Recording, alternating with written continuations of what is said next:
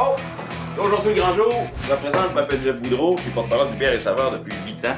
Et j'ai le privilège de brasser de la bière. Ça a commencé avec Nicolas Bourgault chez Bedondel et Bedonron à Chambly. On poursuit l'expérience aujourd'hui avec Brasseurs du Monde de Saint-Hyacinthe. C'est une bière que je parraine qui va être distribuée partout à travers le Québec. Donc ça m'excite beaucoup. J'ai bien hâte de commencer, puis j'ai hâte surtout de voir la recette du maître brasseur ici, Dominique Charbonneau. On en a parlé précédemment. On a assis ça un petit peu, j'ai dit ce que je voulais avoir. Aujourd'hui, bon, ben, on va voir si tout ça va se concrétiser. Puis surtout, ben, j'ai hâte de vous montrer les étapes de brassage aussi. Vous allez voir de A à Z comment ça se passe dans une brasserie. Alors, on commence ça tout de suite. On va le trouver de l'autre côté. Il est où? Il est où? Oh, il est là! Salut Dominique! Salut Gérard. Ça va bien, toi? Excellent. Ouais, c'est grand jour? Oui, c'est aujourd'hui qu'on fait ça. Aujourd'hui qu'on passe? Eh oui. Nous, on s'est rencontrés là, il y a quelques semaines pour parler un peu du style de bière. On a statué sur un style qui est une saison. Exact, ouais, on parlait qui ressemble à une saison. On a parlé un peu de quoi un peu houblonné, quelques petites saveurs un peu fruitées, parfumées, le quoi assez léger, très été, le quoi qui va bien se boire. Ben, c'est ça, c'est le but de l'exercice aussi, de se faire une bière estivale, une saison, ben, c'est la bière tout désignée quand même. Exact. Une bière de terrasse. Ouais. Donc c'est ça, une bière avec une attaque de houblon le fun.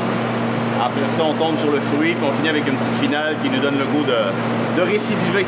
Exactement. Hey, première étape, au bout de le grain. Exactement. On envoie le grain dedans. On s'en va où? Par là-bas.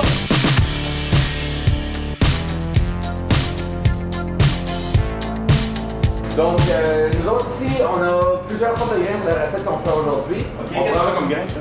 On a 2 rangs de Canada Maltage, donc un grain de base blond. 2 rangs de Canada Maltage. Canada Maltage, c'est une compagnie québécoise qui fabrique évidemment de l'orge de brasserie.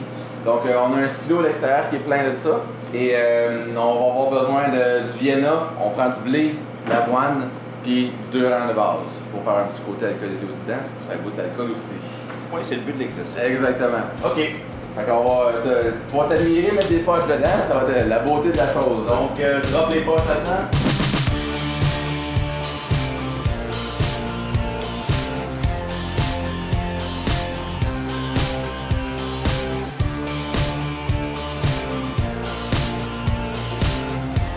On vient de mettre le grain dans le grist case. C'est ça qui va emmener le grain jusque dans le moulin. Le moulin va l'amener par une vis dans notre première cuve ici, puis la cuve d'empâtage. Ce grain-là, on va le mélanger dans cette cuve-là avec de l'eau. Ouais. C'est là que c'est l'empâtage. On va essayer d'extraire les sucres du grain et convertir les sucres avec les enzymes.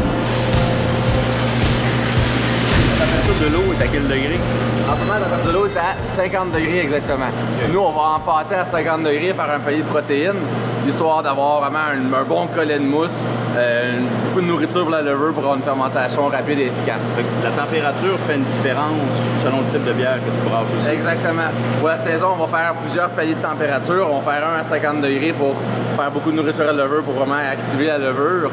Après ça, on va monter à 67 degrés Celsius pour convertir le maximum de sucre.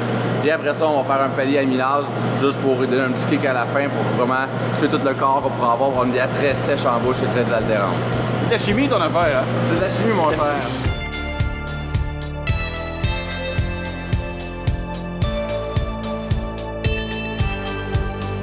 On a empâté, on a une température de 52 degrés, ce qui était ce qu'on voulait. Et présentement, 8h07. Donc, 8h07, on a 25 minutes à 52 degrés. On prend le pH. OK. Dominique, ça nous met à, j'ai eu le temps de calculer sur mes doigts, 8h32. Exactement. Fait que 8h32, on vient. On va revenir, on va aller voir qu'est-ce que ça a l'air rendu là, voir si le pH a bougé et les protéines devraient être dégradées à ce niveau-là. On va monter la température à 67 degrés Celsius. OK. Qu'est-ce qu'on fait? Là, on va aller chercher du houblon parce que dans le prochain palier, on a du houblon dans l'empâtage. Vas-y.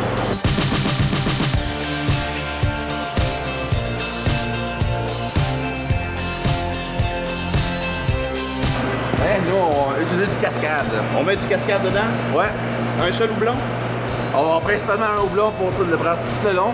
Puis à la fin, au niveau de l'houblonnage accru, on va mettre plusieurs houblons. OK, un petit kick à la fin. Exactement. Parfait. Cascade, c'est classique, c'est floral, c'est agréable.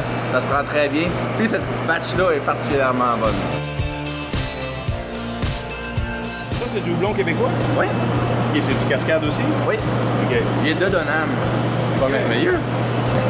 Ça va bien. Hey, question, moi j'ai brassé de façon artisanale. La drèche, une fois qu'on a extrait le mou, là-bas on sortait ça à pelle. Comment tu procèdes ici avec des cuves Si comme ça? j'aurais 100 kg de grains à mettre, peut-être qu'à la pelle, ça se fait bien et c'est agréable. Mais quand t'en as 600, c'est un autre job. Ce qui fait que nous, tout le mou, dans environ 15 minutes, va se transférer dans cette cuve-là, Ouais. le grain inclus. Dans cette cuve-là, automatiquement, tout se dédrèche tout seul dans une cuve, dans une tôte en dessous. Fait qu'on n'a pas à pelleter rien, on a rien qu'à ouvrir une valve en réalité. Ouais. Le côté difficile d'ici, c'est d'ouvrir la valve. Job de paresseux.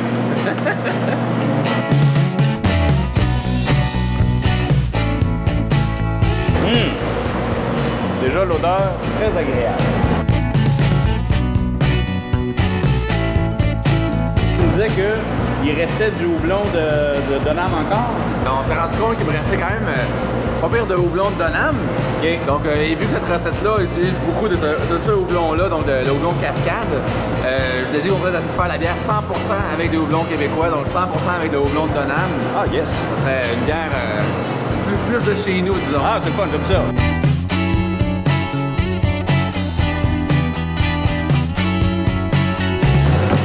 Du houblon, Ça en prend combien? 6 kilos.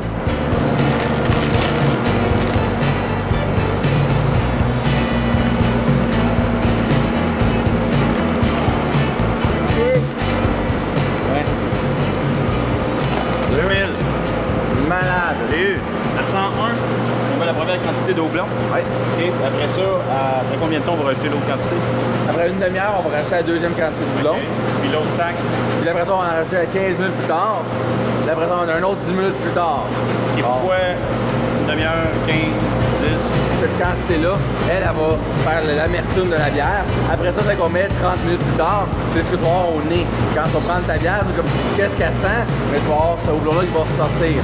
15 minutes plus tard, c'est la première attaque en bouche. Quand tu vas prendre la première gorgée, tu vas dire oh, il y a un petit peu de houblon là-dedans. Et celle qu'on va mettre à la toute fin, c'est celle qui est vraiment le bouquet, l'après-goût va te rester. Oh, c'est intéressant, vraiment. Le liquide qui est dans la bouilloire qu'on a fait bouillir pendant 1 heure, on avait rajouté des houblons, on a rajouté un peu d'orange dedans. Là, on l'a fait tourner dedans pour concentrer au centre toutes les protéines. Ouais. Après ça, on prend ce liquide-là, on l'envoie dans l'échangeur à plaque qui est ici. C'est comme un radiateur de char. Ouais. D'un côté, j'ai de l'eau qui passe, de l'autre côté, c'est le liquide chaud. Fait que ça refroidit le produit, fait qu'on rentre dedans à 98 degrés Celsius. Puis on veut le laver à quoi? On dit à 26? 26, tu vois, là, on est à 24,5 en ce moment. C'est plus froid. Sûrement là, on va l'augmenter un petit peu, le trop froid. OK. Puis en même temps, on injecte de l'oxygène ici, on voit que ça crée une turbidité dedans. On envoie un liquide à 25 degrés dans le fermenteur. OK. On a rajouté la levure. La levure, ce qu'elle va faire, ça va prendre cet oxygène-là, va se multiplier. Puis on va avoir rendu en assez grand nombre et qu'il n'y aura plus d'oxygène. Elle va me prendre le sucre pour faire de l'alcool et du CO2. La fermentation se produit. Fait que la levure, c'est vivant, hein? Fait que c'est vivant, c'est là-dedans, faut y parler, faut dire qu'on l'aime, faut lui donner beaucoup d'amour. Tout va lui donner d'amour. Le gars veut bien travailler. Faut l'aimer. Je t'attendais, mon cœur était plus glacé que l'hiver. Dominique, la bière va rester dans le fermenteur, quoi, 2 semaines et demie à peu près? À peu près, oui. 1 semaine et demie de fermentation, donc où est-ce que la levure va prendre tous les sucres, faire de l'alcool et du CO2 avec. L'étape suivante. Donc, Après ça, là, on va refroidir la bière à 0 degré dans son même fermenteur pour que tout précipite, pour la rendre claire. OK. Et après ça, on va la transférer dans la cuve qu'on a juste ici. OK. Donc on va se ramasser à environ 5000 litres de bière. On va pétiller la bière, on va injecter du CO2 dedans. CO2 alimentaire, donc pur, pour réussir à ce qu'elle soit pétillante et faire un col de mousse. Et après, on va aller à l'embouteillage. OK. Actuellement, après ça, on la garde approximativement 2 semaines ici en entrepôt pour s'assurer d'avoir tous les résultats de nos tests laboratoires dessus, s'assurer qu'elle est correcte, qu'il n'y a pas de flex On regoute la bière, évidemment. On regoute la bière.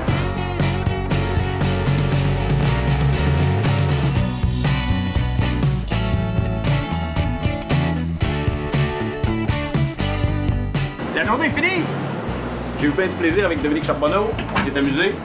Maintenant, on passe aux choses sérieuses. C'est bien beau la bière, mais le nom et l'étiquette. La saison JB, les bières de type saison, JB, mes initiales et ma photo dessus. C'est un exercice de promotion, donc pas le choix. La bouteille va être facilement identifiable sur les tablettes. Je vous invite à l'essayer. Écrivez-moi par les biais de Facebook ou encore Twitter. Puis j'espère que cet été, on va avoir l'occasion de se rencontrer et de m'en parler de vive voix. Saison JB, la bière de l'été.